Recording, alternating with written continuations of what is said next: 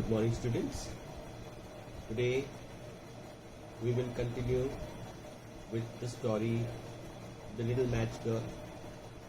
Before starting the second part of the story, let us just a very short summary so that you all can get an idea as to what was in the first part. We had this little girl who was out on the road on this very bitterly cold day with no hat, no shoes, no slippers in this freezing cold. She was there out on the road street selling matchboxes to people. Unfortunately today, being an extremely cold day, there were no people on the road, or very few people on the road. And although she was out from morning, she was unable to sell any matches, and because she had not sold any matchboxes, and because her father was a very strict man who wanted money back home, she dreaded going back home, because she knew that if she went back home empty handed without selling any matches, she would be scolded and even beaten.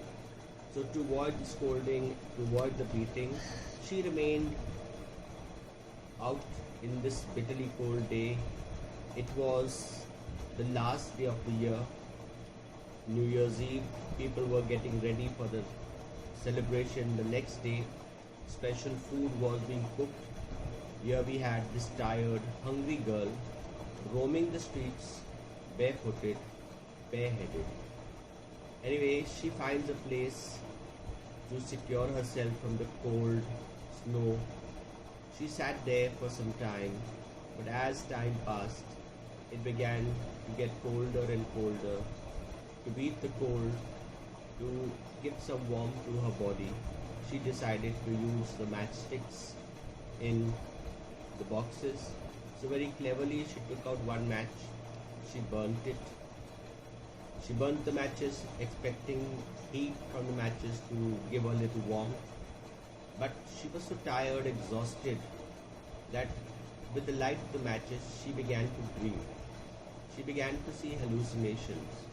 And the first thing she saw was this huge gas stove, burning brightly, giving out this light flame. And she imagined herself getting the heat from that matches. But unfortunately, it was just a dream. When the matches went out, she was back to reality. Back in the cold, back to square one. Being cold, she decided to burn another matchstick. She burnt it. The second matches burned. She got the heat. Again, she imagined. This time, the place where she was sitting, the home beside which she was sitting, suddenly the wall became transparent. She could look into that home. Right in front of her was a dining room. A beautiful dining table was laid out with a goose, roasted goose in the middle of the table. Shining silver cutlery all over the place on the table. She began to dream, feel hungry, mouth watering. She dreamt that. We were up to there in the last video. Now we will continue. Okay, it was covered with beautiful china. Chinas are the crockery on the dining table. And the center, it stood a roasted goose. Now abroad, roasted goose, roasted turkeys are very common. People love, these are special dishes cooked on special occasions. So this roasted goose was there, smelling beautiful, very tasty, mouth watering. With beautiful china, in the center of it stood a roasted goose stuffed with prunes and apples, steaming delicacy. In the goose, it has a lot of stuffing which also could be eaten, and she could see it, mouth watering. And what was even more wonderful was the goose hopped down from the dish. Now she was imagining all this thing, and while she was looking at that goose on the table, it was dead, obviously cooked, ready to eat, but her imagination began to play, and suddenly life came into the goose in the condition it was, with forks and spoons put in its body, the goose began to move. It climbed down the table, began to walk. Imagine that. Began to walk, a roasted goose. Come out of the house, come straight to that hungry child. All imagination. Okay. So, down from the dish, waddled across the floor with carving knife and fork in his back. Waddled straight up to the door. Poor child. It came straight up to the child with a fork and a spoon still in its body. And as the child went forward to use that fork, to use that knife, the matches went out. With the going out of the matches, her dream ended. Back to square one, back to reality. No goose, nothing in front of her. That was her second apparition. Okay. Then out went the match, and nothing could be seen but the thick cold wall. She came back to square one. Now she was enjoying it. So she decided to burn the third matchstick. So very craftily she took out the third matchstick. She struck another matches, and suddenly she was sitting under a most beautiful Christmas tree. With the burning of the third matchstick, she saw a third dream apparition in which this beautiful, mighty Christmas tree was decorated. And she looked up at the decorations very, very excitedly. It was much larger and much lovelier than the one she had seen last year through the glass door of the rich merchant house. Last year, she had seen a beautiful Christmas tree, but this particular Christmas tree was even bigger, more beautiful than the one she had seen last year. 1,000 candles lit up the green branches, and gaily colored balls like those in the shop windows looked down upon her. A beautiful decoration was on the Christmas tree. She was looking up at the Christmas tree. She was small compared to the Christmas tree. So with her delicate hands, with her small hands, she began to reach out to try and catch the decoration on that Christmas tree. The little girl reached forward with both hands, and as she was reaching out, trying to catch that decorations on the Christmas tree, the matches went out. The third matchstick went out, and with the going out of the matches, her dream ended. Again she came back to square one, to reality, out in the cold, no Christmas tree, nothing in front of her. Okay, so went but the many candles on the Christmas tree just rose higher and higher through the air, and she saw that they now turned into bright, and in front of her eyes only, the light from the Christmas tree began to rise and disappear into the thin air. And that was the end of her imagining of the Christmas tree. One of them fell, striking the sky with light. One light came down, flashing like a light of fire. Now someone is dying, said the little girl. Now, in olden days, when a shooting star was seen, it was a belief.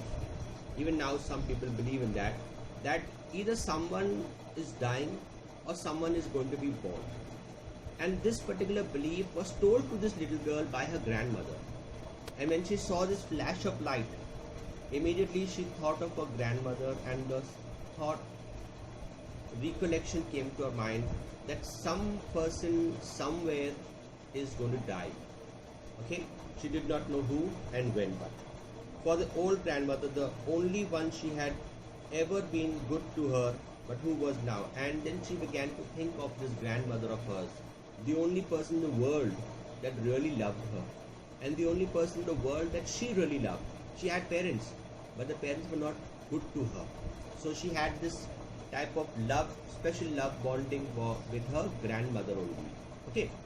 So whenever the star falls, a soul goes up. And the grandmother, poor old lady, had told her that whenever the star falls downwards, a soul goes upwards.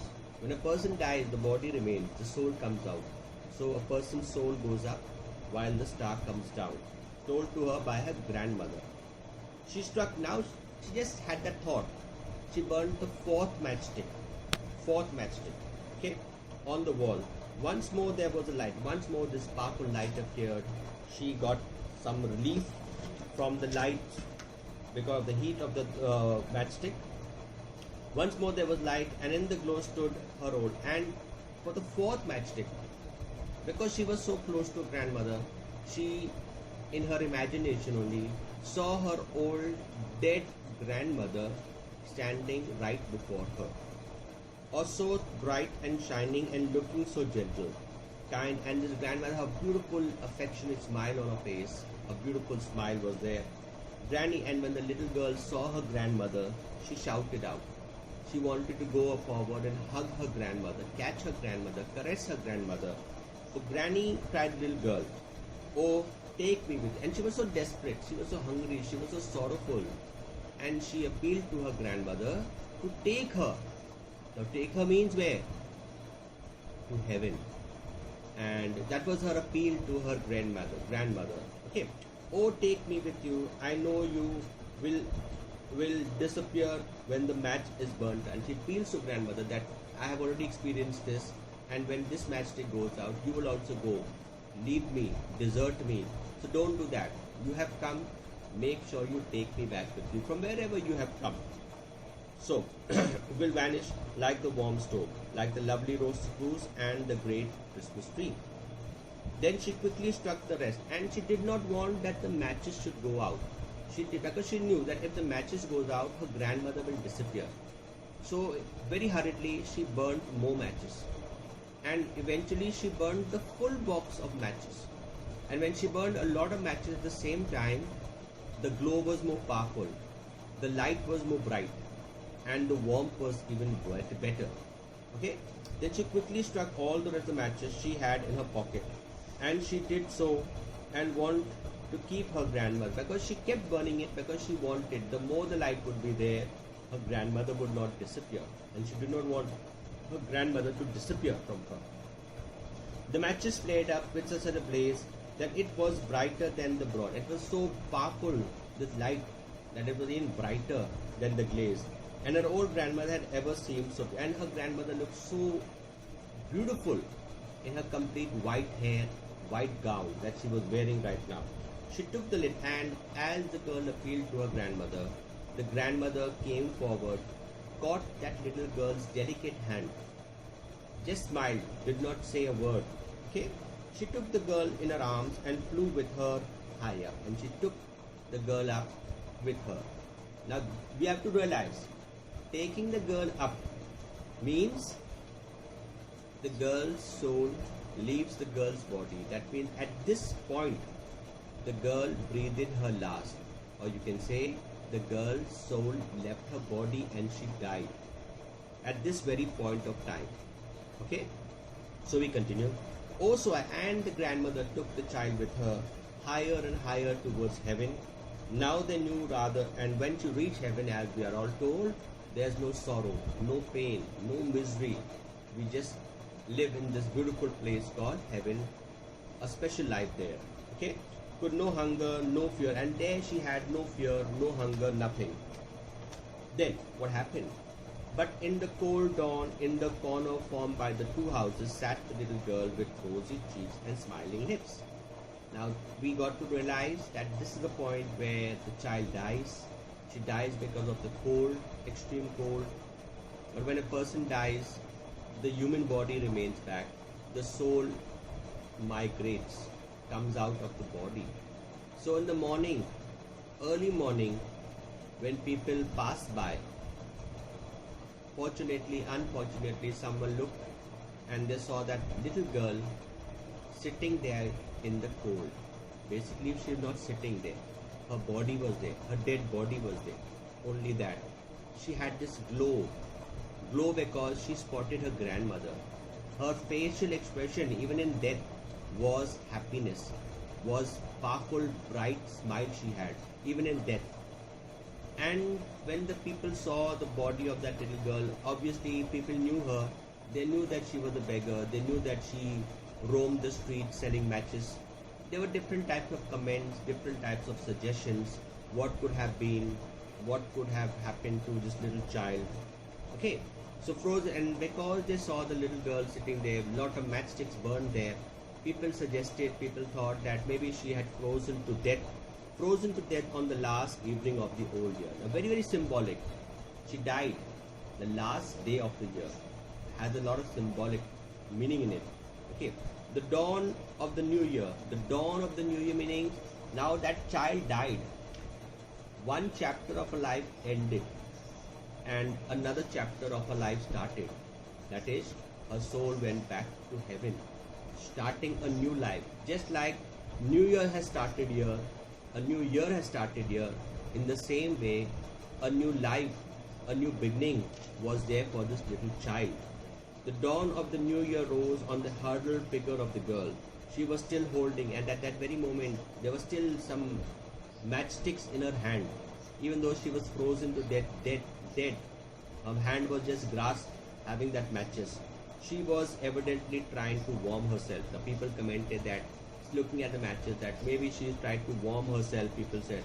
But no one knew what beautiful, no one ever realized, no one ever knew, no one ever will come to know that sitting there, the beautiful visions that this girl had, her last moments of her life, how they were cut, how she spent her last few moments of her life, and how her grandmother, having pity on her, took her back with her.